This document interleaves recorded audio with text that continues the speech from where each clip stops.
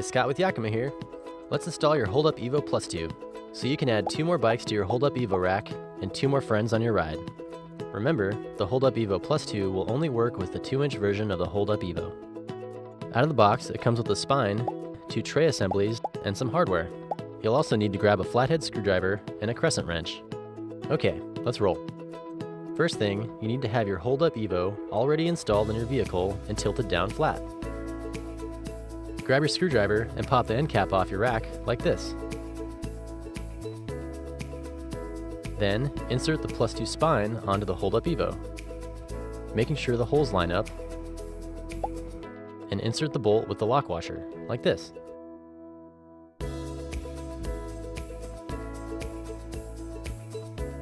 Tighten with the crescent wrench,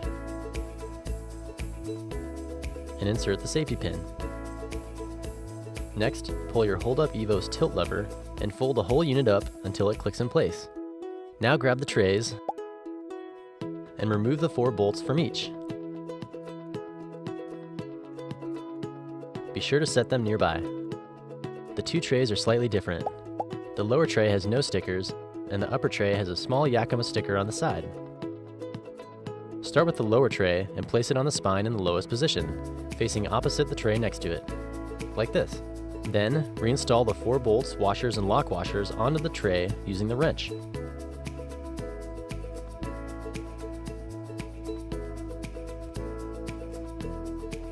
Repeat this process with the upper tray, making sure the tray is facing the opposite direction and the Yakima sticker is facing up, like this.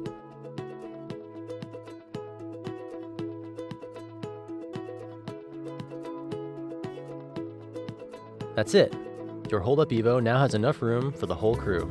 The trays on the Plus 2 load, lock, and unload your bike just like your HoldUp EVO. And you can still tilt the HoldUp EVO down to access your tailgate and up out of the way when not in use.